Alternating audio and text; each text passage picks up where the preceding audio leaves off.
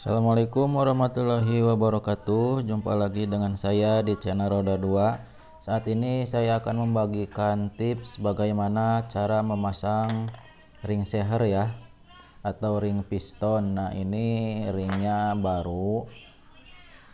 Coba perhatikan, di sini ada ring piston.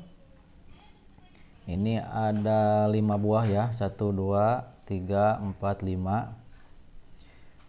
Nah, kita lihat ini yang pertama, ini ada tulisan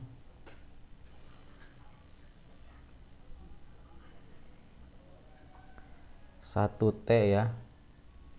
Coba kurang jelas ya.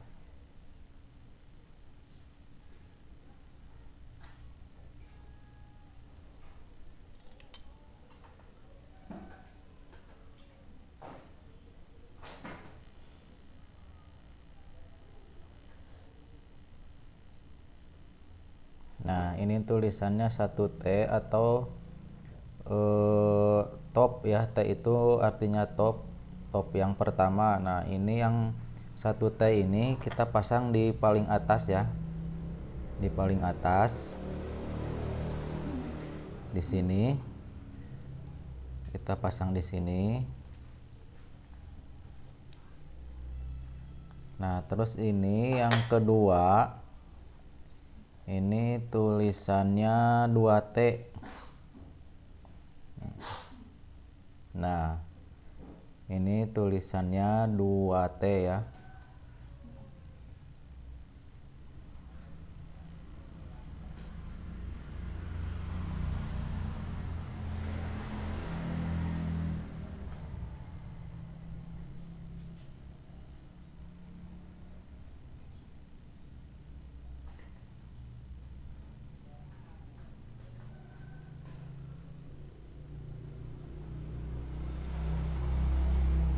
Ya, kurang jelas ya.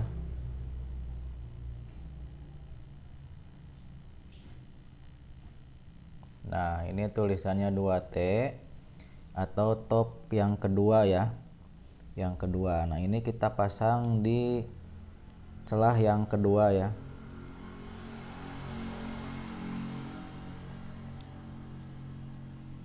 Jadi urutannya seperti itu.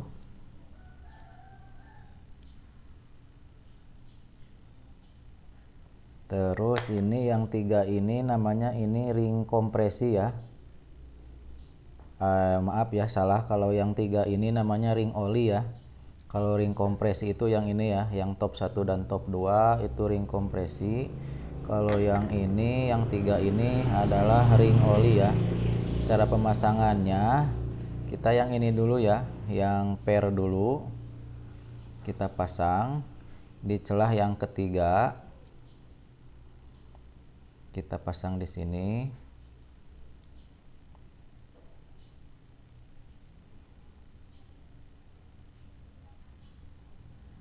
Nah, seperti ini. Lalu kita pasang ring yang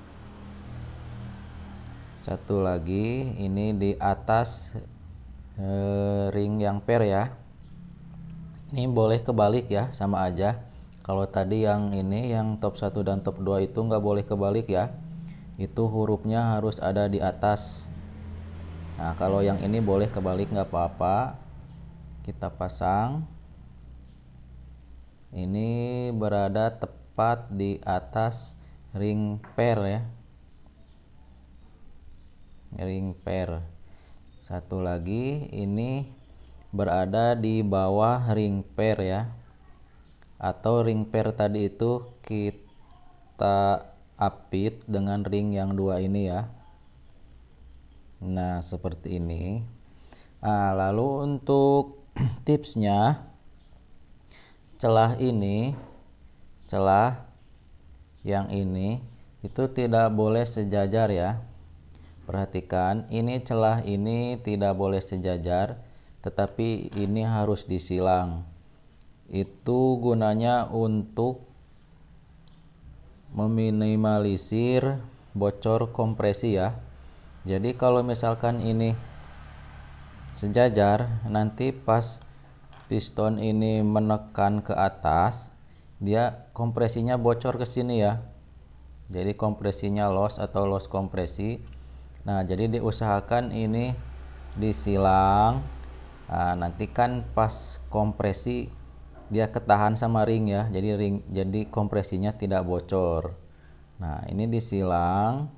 Yang antara ring 1 dan ring 2 itu disilang. Silahkan diatur sedemikian rupa supaya celahnya tidak sejajar ya. Terus untuk ring oli juga ini sama ya. Ring oli ini usahakan jangan sejajar ya. Ini digeser, celahnya digeser supaya tidak sejajar. Nah, seperti itu ya tipsnya. Terus untuk membedakan ring 1 dan ring 2 itu cukup mudah ya. Kalau yang baru itu ada tulisan 1T dan 2T di sini ya. Tetapi kalau untuk ring yang lama seperti ini sudah tidak ada tulisannya lagi ya. Nah, untuk membedakannya itu cukup gampang. Yang ring pertama yang atau 1T itu biasanya ujungnya ini tumpul ya. Nah, ini tumpul. Saat kita raba ini halus. Ini menandakan kalau ini ring pertama ya, ring yang di atas. Nah, sedangkan ring yang kedua ini kalau misalkan sudah tidak ada tandanya, kita bisa coba raba dengan jari ya. Nah, ujungnya ini tajam ya. Saat kita raba dengan jari ini kerasa tajam ya. Kalau yang ini kan kerasa halus, yang pertama ini kerasa halus, pas disentuh gini terasa halus. Ini menandakan kalau ini ring pertama. Nah, kalau yang ini terasa kasar ya atau tajam. Nah, ini menandakan kalau ini ring yang kedua ya. Kalau misalkan tidak ada tanda 1T dan 2T ya. Nah, seperti ini. Ini ring yang tidak ada tandanya ya. Ini bisa kita coba tes dengan tangan. Kalau misalkan ini kasar, biasanya ini ring yang kedua ya. Nah, ini kasar nih, ini yang kedua. Nah, kalau yang ini lembut, ini yang pertama ya. Seperti itu cara membedakannya. Terus untuk tips yang lain, saat kita memasang piston atau seher, untuk motor Yamaha itu ada tanda ya, titik seperti ini, atau tanda panah ya. Itu ada dua macam ya, ada yang panah dan ada yang titik. Ini menandakan titik ini harus disearahkan dengan klep exhaust atau klep buang ya. Kalau misalkan di mesin itu kan klep buangnya ada di bawah, yang klep masuknya ada di atas. Nah, ring yang tanda bulat ini, titik ini, itu harus disearahkan ke klep exhaust atau klep buang. Berarti ini harus ke bawah ya, harus ke bawah. Si titik ini harus ke bawah. Di sini juga kita bisa lihat cowakan dari untuk klep. Ini kan klep yang besar itu klep yang masuk ya, klep intake. Nah, ini cowakannya lebih besar dari yang bawah. Berarti ini adanya di atas ya, karena klep masuk itu berada di atas. Sedangkan ini cowakannya kecil, itu klep yang buang ya, yang kecil itu. Nah, berarti si ini berada di bawah karena klep yang kecil itu adalah klep buang yang ada di bawah ya. Tapi yang menentukan itu adalah ini ya, yang menentukannya ini harus ada di klep buang.